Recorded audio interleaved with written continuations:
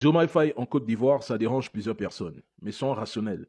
Il existe une coopération entre la Côte d'Ivoire et le Sénégal. Ces pays partagent une histoire commune. La géopolitique, ce n'est pas un contrat d'amitié, de mariage ou d'amour. En géopolitique, il y a des faits qui sont froids. La diplomatie, ce n'est pas une discussion de bar entre amis ou entre copains, copines. Ce n'est pas parce qu'un chef d'État ne fait pas ce que tu veux qu'il n'est plus panafricaniste. Vous avez remis en question le panafricanisme d'Assimi Goïta et du général Chani pour un présupposé du FMI. Certains, sur la toile, les ont insultés et critiqués. Vous mettez trop d'émotions politiques alors que pour réussir en politique, il faut être rusé, manipulateur et avoir un esprit froid. Les sentiments n'ont pas leur place en politique. Si Vladimir Poutine agissait par émotion comme vous, mais il aurait déjà suspendu tous les accords de vente de gaz qui le lient encore à la France, le pays étant le premier importateur de gaz russe en Europe.